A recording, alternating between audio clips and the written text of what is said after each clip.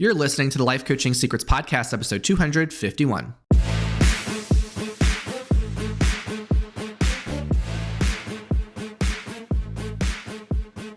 Did you know that life coaches are needed now more than ever? I'm Frank Macri, founder of Thriving Coach Academy. I've trained over 1,000 coaches and helped them launch their own successful coaching businesses. If you want to make an incredible income and impact as a coach and have a lot of fun doing it, I'll show you exactly how to get it done. This is Life Coaching Secrets. What's up, coaches? Before we jump into today's episode, I want to give you a little context for what you're about to hear. I've got something very special in store for you. In this episode, I'm going to be sharing something I've never shared before.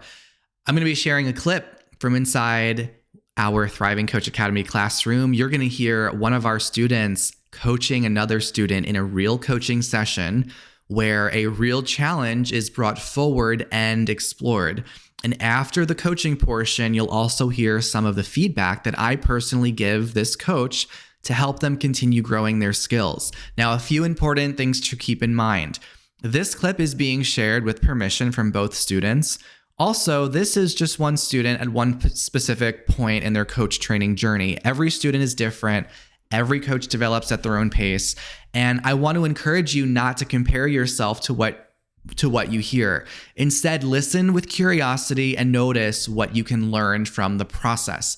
You'll also notice that I might edit out parts of the feedback portion because some of the pieces that I took out, they're simply taken out because I might reference specific tools, frameworks, or things that would only make sense in our classroom for students inside our program. And one of the things that our students love most about Thriving Coach Academy is they get so many real life opportunities to practice their coaching, receive feedback, and grow in such a supportive environment. As a student, you get lifetime mentorship and support, not only with your coaching skills, but also for the business side, so you can create a thriving coaching business. So this episode is meant to give you a little taste of what it looks like behind the scenes. Enjoy the session. You may begin, so have a great session. Thank you. Hi, Chris. How are you? I'm good. Hi, Sean. How was your day so far today? Stressful. What about it today made it stressful? It's mostly like work stress, and my organization is not doing well financially. We're kind of like impacted by like the federal funding cuts, and every day I get like texts from my boss, messages about like possible furloughs and layoffs and like all these serious situations. And I'm in kind of like a mid-senior role. And so I'm kind of proximate to these conversations that are taking place. And it just really stresses me out. So morale's bad. I'm just trying my best every single day to show up. I understand that. If I can acknowledge you for one thing, it was a smile on your face that you had the entire time that you were talking. You were describing some seemingly pretty stressful things and you still smiled. So I can appreciate that for sure. Right before we hopped on, I was reaching over to grab my water. It just spilled everywhere. And I was like, oh shit, I got to go volunteer up next. I was planning for it. And I was like, oh, let me do this. So I can definitely relate to the smiling through some stressful times. So I appreciate you sharing. I'm really excited to be on this call with you today. And before we get started, just so you know, I want to make this a comfortable and safe space for you to be able to open up and say whatever's on your mind or however you're feeling. And I want to make sure that I'm respecting both your time and your space. So if something comes up and maybe I say something or I assume something that maybe doesn't fit or jive with what you're really feeling, feel free to tell me. Or if there's a situation where I feel like maybe I can challenge a little bit and I can push and maybe it's a little bit too much or a little bit too soft, you can also communicate with me. And hopefully we can have a great dialogue together by working together on it. Cool. Appreciate that. Of course. So given that, how can I best serve you today? I've been at this organization for like 2 years and a little bit more than 2 years. And I thought it was going to be my dream job, that I was going to land there, stay there for like decades, retire while I'm there. But it's not looking like that's going to happen. Like obviously, like I got to like find a new job like right away and feel pressured to do that. But I also find myself feeling a little bit unmotivated. Well, actually, like really unmotivated and discouraged. And I just don't feel motivated to even take the first step to like start sending out resumes, to actually send stuff out and work on it. It's been very like slow going these last couple months. So I think the lack of motivation is what's worrying me right now. Okay, so when you say that you have this lack of motivation, what is this? I guess how is it showing up for you today? Would be a better way of asking that.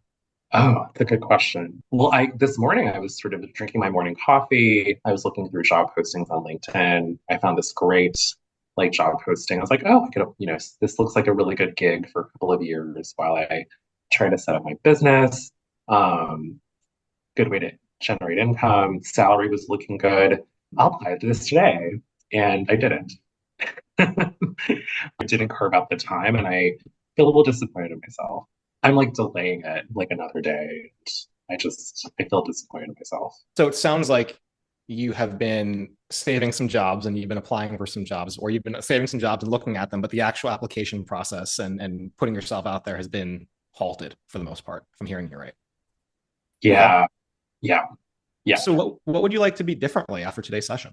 I want to figure out like how to move forward, like actually having a strategy to move forward and like some action steps that I can take that I feel comfortable with.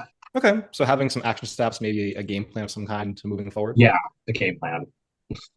Sounds good. So I guess we can dive in. And the first question I would ask you would be, what's currently stopping you from moving forward with these applications? Oh, I can't believe admitting this, but I'm saving jobs that are in my profession or like with my skill set. And I have all the skills, but the thought of like being another job doing that and like I'm in research, doing research just kind of like bores me to tears. Like all my education is leading up to this and it feels kind of like it's like I'm going for roles that don't excite me.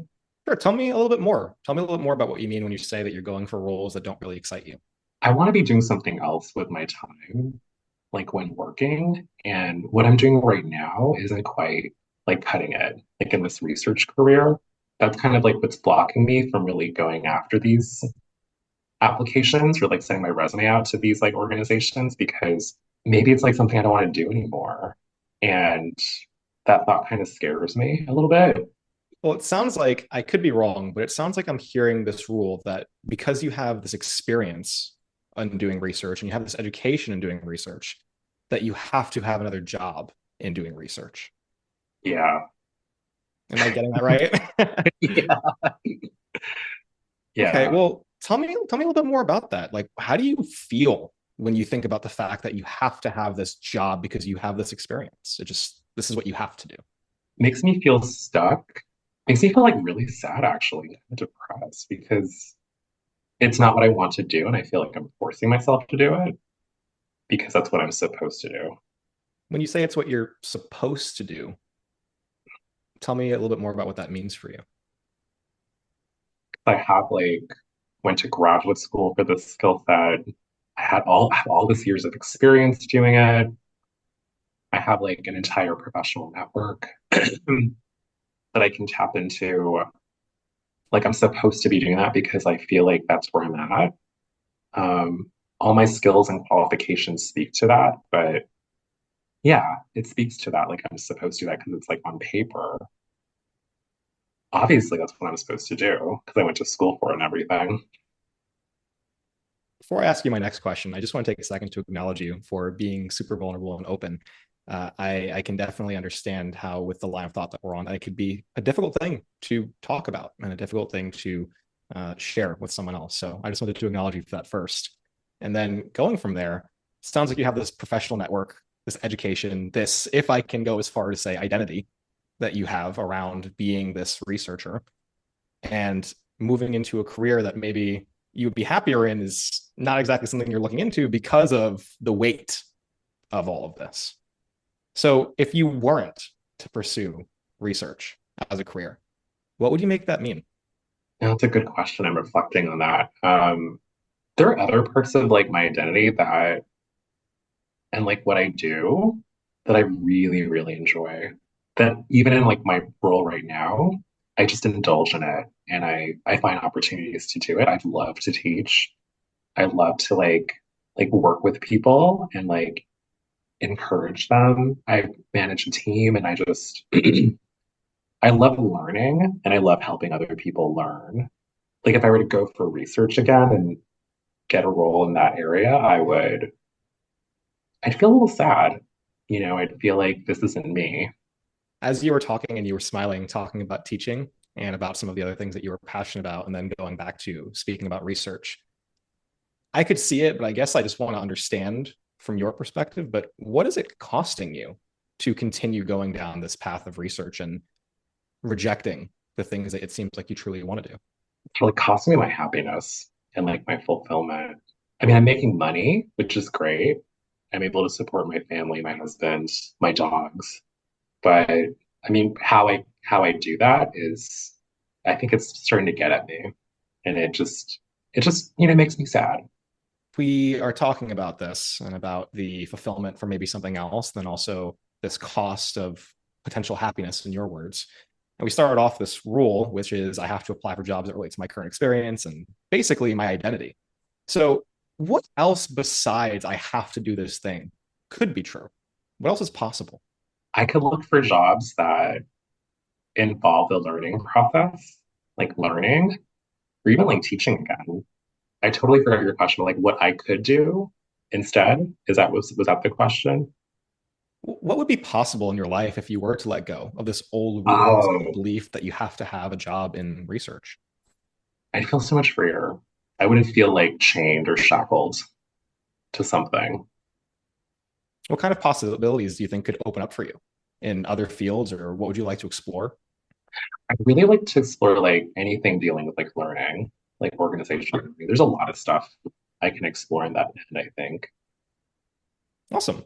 Yeah, it sounds like there was this belief that I have to apply for these things just because it was a part of your identity. And you spent so much time cultivating this life. And clearly, it's been able to get you to where you are now, where financially you're stable and you have the ability to take care of your family and your dogs, which, hey, I get it. I have two cats. I definitely hear where you're coming from.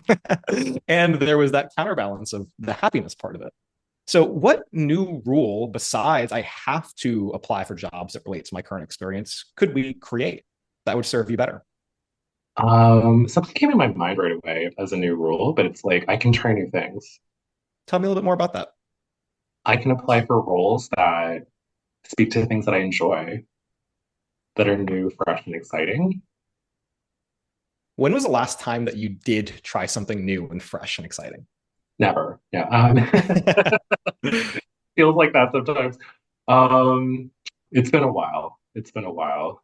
It could be, if I can offer some suggestions, it could be anything from like a hobby to maybe, you went to try something new, like a fun event, or maybe you went to a concert you didn't think you were going to go to, anything. I remember 2 years ago, I went to this amazing like art gallery when I was in Puerto Vallarta on vacation, just going to this beautiful beach. And I went through this art gallery and I just loved the colors. I was by myself. It was a beautiful day. I was looking at art, um, exploring this little town and like talking to perfect strangers in the gallery. How did it feel to be doing something that was new and different for you? Felt freeing. What kind of qualities did you find yourself kind of coming out? You're looking at this beautiful artwork, you're having a great time doing something new and exciting, talking to strangers. What qualities came out for you? Oh, like something came out, like I was learning something new and I was kind of like immersing myself in something that felt really different but exciting. Hmm. So, like someone who's experimenting. I love the way that you said that it felt like you were immersing yourself in something new and exciting. How does it land with you if we were to use kind of a similar feeling of immersing yourself in something new and exciting, and we were to apply that to the situation of looking for a career that might be more fulfilling or bring you more happiness? I mean, that feels like much more motivating actually to do it that way. It sounds to me like when you did that art gallery thing, you were really just there, present, and having a great time. And when it comes to what we're talking about now, applying for these new jobs, what would it feel like to be able to take that same energy and those same emotions and bring it to that while you're applying and looking for these new jobs? It feels like the opposite of like how I've approached it. Like it could actually be a fun thing, Awesome. like exploring new things and Yeah. figuring out like different ways that I can market myself. I love being able to see the likeness and to be able to see the energy and the difference kind of in how you're speaking and the way that you're portraying yourself when you're thinking about the difference in applying for things that maybe you can apply that happiness to and the immersion of excitement versus the so to speak, doom and gloom of applying for something that maybe didn't excite you and could have possibly been, and what I'm assuming is the reason why you weren't applying for those things to begin with. Yeah, that's so well put, like doom and gloom. I see it everywhere, and I'm not the one. I don't want that. Well, as we're coming towards the end of the session, I want to take a look back and just see, given everything that we've talked about today, what was your biggest takeaway from today's session? Like in this new job search, I can look for like roles and jobs that excite me and are new and fresh and exciting. And there might be like some exciting ways to like market myself and the skills that I do have. So it sounds like there would be just a kind of different energy when it comes to going about looking at these new jobs and opportunities and a different way to Yeah. maybe put yourself out there. Yeah, I'm imagining like the art gallery right now and like the bright sunny air, like it's brighter. What would it look like to honor this new insight and to utilize it moving forward? In doing a search, like setting aside time during the day, having an open mind and looking for jobs that feel like exciting to me versus like ones that I'm supposed to apply for. Yeah. So, what's a first step that you can take towards working towards honoring this insight? Oh, I know. I think the first step is like setting up a coffee date with a friend, like in a field that I want to work in, and to like understand that field better and to see if there's like a good feel for it and if I can and to see what ways I can actually like look for roles there in that field. Cool. And when will you be able to set up that coffee date by? I can do that tomorrow. Is there anything that would stop you from being able to get it set up for tomorrow? Or at least get it set up tomorrow, rather? I think like my own mental blocks, like the procrastination. Okay. Well, how could you ensure that you do set up this call tomorrow? What would you be able to do to hold yourself accountable? Like set a time, like by 5 p.m. tomorrow. Okay. So is that a good time for you? By 5 p.m. tomorrow, you'll have set up a coffee date with a friend in the industry that you want to work in? Yes. Awesome. Well, I appreciate your time and I appreciate you being open and sharing with me. And I just want to say that I know that you can take these next steps with excitement and with joy and to take with you the same kind of energy that you had at that art gallery and what seems like you probably take with you intuitively, I can sense in a lot of other areas of your life. And you deserve that. So I appreciate your time and thanks for sharing with me today. Thank you. Wow, what a session. Sean, this was your first practice coaching? Yes. Hard to believe. Really, really well done. Sean, bravo. It really was a very, very, very high level session. Were there any parts of the session, Sean, that you felt you struggled in at all? Honestly, I was kind of feeling a little flustered at certain points, making sure that I was maintaining presence with Chris because I felt like sometimes I can get a little bit in my head trying to think through logically what's next. Okay. And I've really been doing my best to work on just trying to be there with the client as much as I could. Okay. I've had two of the mentor coaching sessions, and those have gone relatively well with Stephanie in terms of feedback. But I think I just get in my head a lot. Like there's a big confidence gap in terms of how I feel something is going versus how it's actually going, I guess. When you say you get in your head, what thoughts do you start having? I guess just what is the right next question to ask? And Okay. then I feel like I'm losing track of the most. I guess the best way to say it is I feel like I want to get the most powerful thing. Okay. And I just try to keep in mind what you always say, which is like curiosity is the Uh-huh. most important thing. So Okay. balancing the curiosity with the practicality of the skills and the coaching tools. Got it. I think really if you keep doing what you're doing, that part of you that gets in your head is just going to relax over time. It's normal to go in your head here and there, but I felt your presence was very there with Chris based off of the way you applied various tools and asked questions. Over time, you're just going to build more trust in yourself and just knowing that whatever comes up is the question that has to come up. You are already on a fantastic track. I just want to highlight a lot of great things. I don't have much that I would change about this session, frankly. One thing I really loved about your coaching style, Sean, was you had this really cool mix of like playfulness and humor that you put into the session while also still being very present and going deep and asking some challenging questions. So that it was like a cool balance. And I want y'all to realize that you can do both of those things. Like you don't have to be really serious or really playful because Sean, like you really modeled both of those sides of it. And sometimes when you have a little bit of playfulness, it actually starts to shake some energy up and it can bring up more awareness for the client. And it definitely seemed like that happened. It was very interesting in the beginning when he said, I'm saving jobs, but I'm not applying to them. And I can't believe I'm admitting this, but I just wonder if I really want to stick in my industry. The thought of doing another job like this bores me to tears. And I love right away, because that's a huge statement that he just dropped. And right away, you just said, tell me more about that. Good. Like when the client shares something big, let's stay with it. And I love that you just said, tell me more about that. He said, I'm just afraid to admit this to myself, but I just don't want to do this anymore. And right away, you came in with this really great awareness of the rule that I want to highlight. This is a very common rule when it comes to career coaching. I'm hearing this rule that because you have experience in blank, that you need to continue doing it. Am I getting that right? I appreciated the check in. Am I getting that right? And then it was just textbook rulebook coaching, which was beautiful. You asked questions that looked at that rule. How do you feel when you continue to think about doing this job? And then it was this, he mentioned, like, I feel like I'm supposed to do it. That was the word. I'm supposed to do it. When you feel you're supposed to do it, tell me more about that. Great job. Supposed to is kind of in the same family as I need to, I have to, I should. So make sure you all listen for that language. The encouraging, it was nice because I just mentioned that as feedback in the previous session. So good job having some encouraging statements, still believing in your client. I didn't sense any part of you that wanted to try to fix or problem solve for him. And you had a statement at the end that was beautiful. Let's see. You said, this was so great. If you were not to pursue a career in research, what would you make it mean about you? That was really powerful. Really, really powerful. What's it costing you? I'm going through question by question what you were asking here. We started with this rule that you have to do what you started in. What else could be true? So we've poked, look at all the poking holes we did, everybody. See this? Now we moved into, okay, so what else can be true? What would be possible if you believed X? Great. And then you had, what would you like to explore? It was just such a nice way of building off of the new rule, right? After your client says the new rule, let's run with it. So I like those questions you asked. Seems like there was this original rule that you have to do things you used to do, but there's a new rule that you don't have to do it. Great. And then this was like super high level when you came in with the flashbacking. You see all what covered in like 20 minutes, everybody, how much you can really go into. He talked about going on the trip to Mexico and how he was exploring the art galleries. And your questions were so great. You said, how did you feel doing something new and different?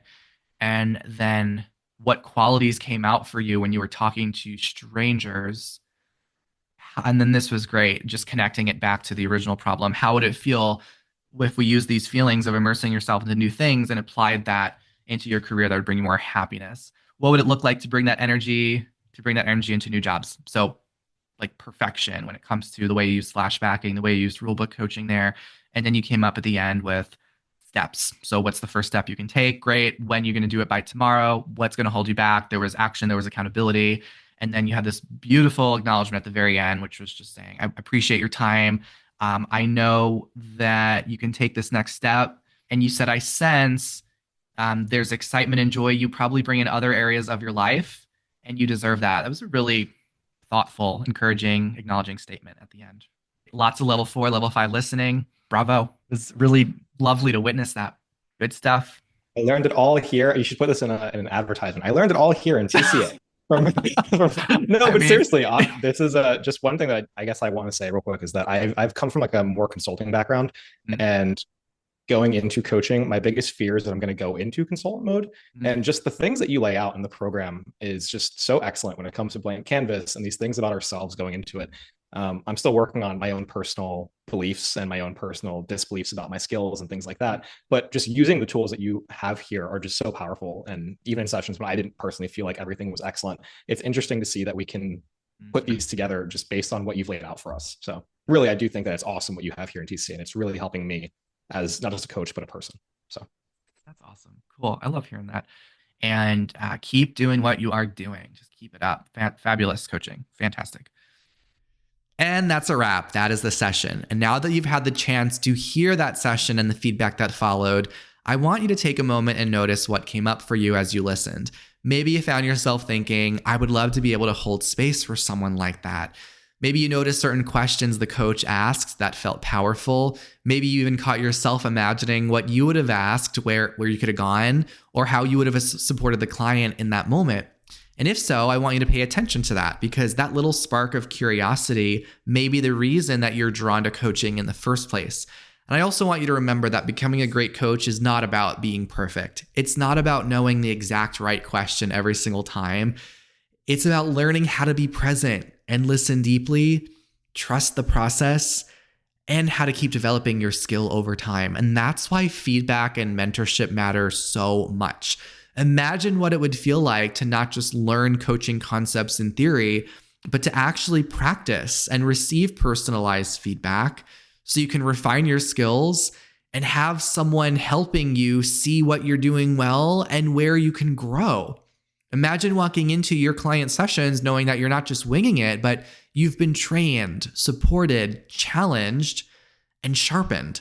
And imagine how it's going to impact your reputation as a coach as well. Because when you are truly skilled, your clients feel it. They feel safer working with you. They go deeper. They have more powerful breakthroughs. They get better results.